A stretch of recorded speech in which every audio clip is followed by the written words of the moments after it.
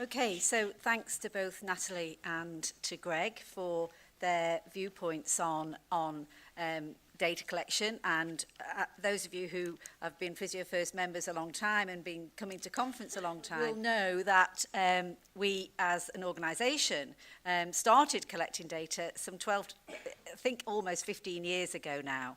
And we have an exponential rise in our numbers of discharged patient data sets on our current tool, which is surpassing now probably 50,000 patients, which is a massive amount of data, which we're now able to explore. So data collection, if you just want to collect data on a validated, standardized data collection tool, and you're not collecting data already, then Data for Impact will do just that. So that's your validated tool that does all the things that Natalie was talking about and all the things that Greg was talking about. Within our Data for Impact tool, there is elements of both a prem and also the diagnostic coding. So that's embedded in that tool. And I know that a lot of you have signed up to that, and a lot of you are regularly inputting your data, which is great.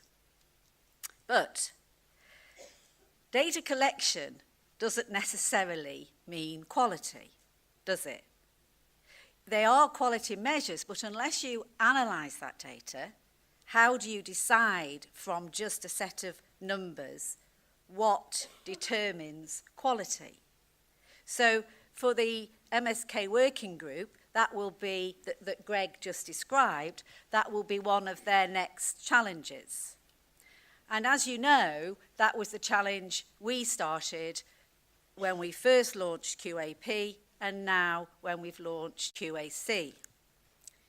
So, you know that Quality Assured Practitioner status is a Physio First member who has inputted sufficient discharge patients into the system, which is then considered by the University of Brighton, anonymous of Physio First, we don't know who you are, and your data analysed against the baseline criteria. And then the award of QAP is given to you, and you out yourselves to Physio First. And then you become a Physio First Quality Assured Practitioner for 12 months, and you continue to input your data and you're remeasured. I'm sure I'm telling you something now, I hope I'm telling you something now, which is becoming extremely familiar.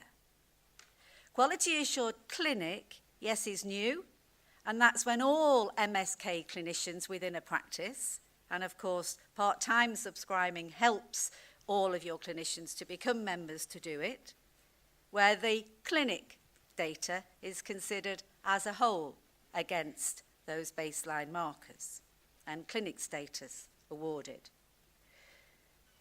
Now, of course, those markers were not just picked out of the blue.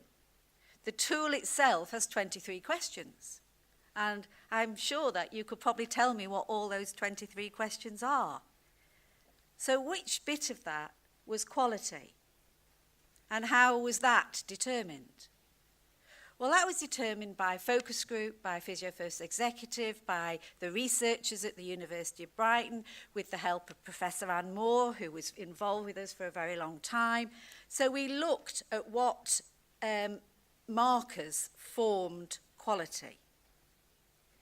And before I come on to them, we also needed another external validation for our data. The standardized data collection tool is and of itself is not a validated standalone PROM. There's elements within it, of course, that are a PROM, but they are filled in usually with a combination of the clinician and the patient. Now, a true patient-reported outcome measure, a true PROM, can be filled in completely independent of the clinician. So we recommend it currently, and all the PROMs that Natalie suggested, EQ5D, MSKHQ, and so on, we at the moment recommend the validated B-PROM, which is sent to the patient prior to the treatment, and then again at the end of the treatment.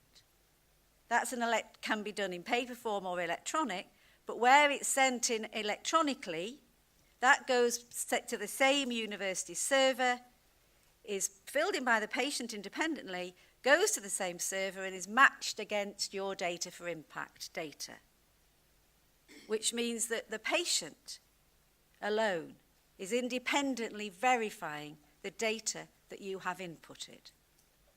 That is a complete validation and a complete defense against anybody who says, well, you could just fill it in. So that's a huge step forward, and we're hoping that that will grow. So those 5 markers. How did we decide which bits to lift out of your data and determine quality? And actually, they're quite sensible when you really think about it. Which bits does that patient value as being part of QAC or QAP? So, does the patient achieve the goal that's set at the beginning of their treatment episode? What's the outcome of the referral? Is it successful and agreed discharge? How many treatments did it take? And yes, that's one marker as part of the baseline. Because, of course, cost-effective efficiency is something that we all have to be interested in. What's the change in their FBS scores from the beginning when they first come for their treatment and at the time of discharge? And how does that fit with their achievement of their goal?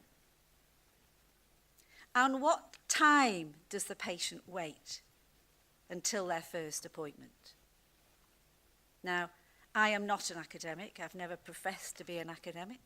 And the university have looked long and hard at how they would form baseline data from the data inputted to decide how to form the equation around the measurement of those 5 markers. But remember, you do only need to achieve each time 3 out of those 5 markers, which allows for some differences in our clinics. So maybe somewhere you have very complex patients, regular patients from the same consultant who all have post-op patients with a complex condition. So actually your number of treatments might be fairly high compared with the baseline data. But that would be not one of the 3 that would count for you. And what about somebody who works maybe part-time or who has a very, very busy clinic, and actually people really want to see you, and they're prepared to wait? And they're prepared to wait 2 weeks, 3 weeks, just to see you. Well, you shouldn't be penalised, should you? So no, you're not. Because that time between the ring up and the appointment and the time they start their treatment might fall short of the baseline. But that would not be one of your 3 counters. So there is variation and allows for the differences, vast differences, in the sort of clinics that we all have. So what does our data say? There were some of you that were at the AGM yesterday, and you will have heard these evidence statements then. So we know. Our data, 50,000, well, actually, these strap lines were taken from 38,985 or something, discharged patients' data sets. But 9 out of 10 patients who see a private practitioner, Physio First private practitioner, are seen within 1 week. That's phenomenal. 77% of our patients exceed or fully or significantly achieve their treatment goals. Now you'll see there's little link, icons on there. These screenshots are taken from our new e-booklet, which is on the website. You'll find it from the homepage. If you click on the link icon, you will find behind there a significant amount of robust evidence to defend these statements. And thinking about the topic for our conference and all the evidence we've heard over the last 2 days, it is it is demonstrable that our clinicians who input data, that our data shows that it was 36,858, 90.5%, so 90% of all the patients we treat with with at least 3 treatment modalities. So what that tells us is that our treatments are neither hands-on nor hands-off, that our treatments are person-centred by and large, because 90% of our clinicians choose the modalities for that patient at that time.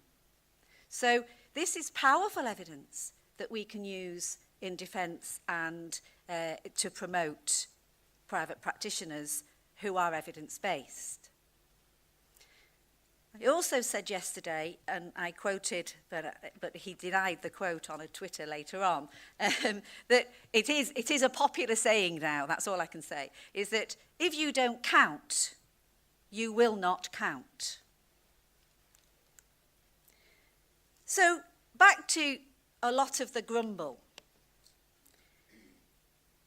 It's very difficult to shout about quality without evidence.